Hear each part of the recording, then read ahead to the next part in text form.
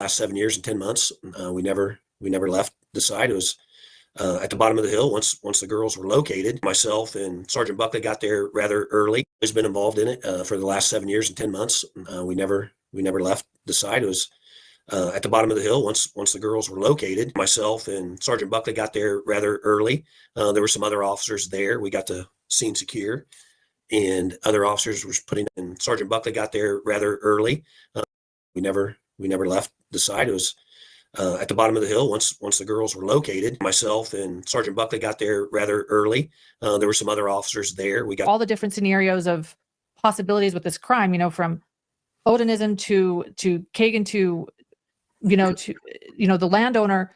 But where did your mind go to what type of person did this? Did you think right away ritualistic crime because of sticks, or did you think that this was like a sexual motive, or where did your law enforcement brain or military brain take you when you were assessing this crime?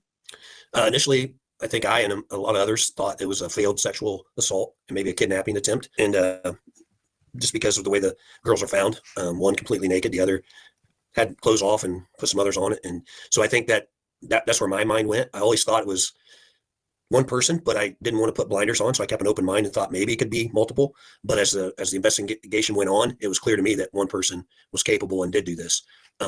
So the ritualistic killing thing, I never believed that. Our crime scene investigators told us early on that the blood on the tree was blood spatter, that it was not initially painted on there or put on there.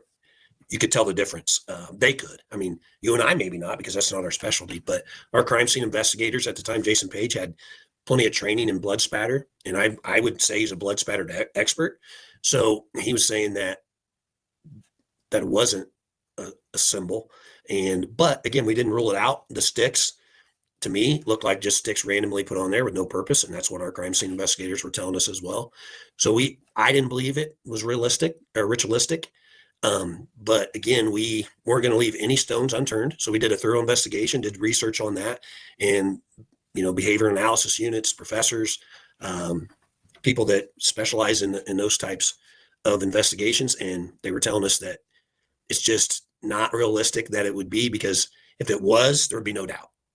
It would be so obvious that it was. But anybody would come and say, hey, I think it's this. Can I look into it? Yeah, go ahead and look. Let us know what you say. But no one could ever prove that it was some sort of ritualistic killing. Now, because Brad Holder and Patrick Westfall were involved in Norse paganism religion, some people jump to a conclusion that that's automatically what they do. Well, that's just not true.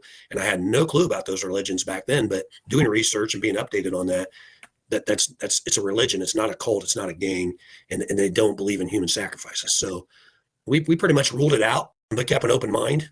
And, that's my initial thought on that. Lieutenant Holman, something that you've said before, and you actually said in trial, is that you left no stone unturned in this investigation, but if there was probable cause, you move forward. So are you saying that you absolutely did investigate this sort of ritualistic killing scenario and there wasn't probable cause, or how would you explain that? Yeah, I think that's a pretty good explanation. We had tips on numerous different people not related to ritualistic killings, and some that people thought were involved, like I said, in that religion, and basically just didn't know what the religion was about. But yeah, we looked into those people, multiple interviews with multiple different people. And the only person that we established probable cause to make an arrest on was Richard Allen.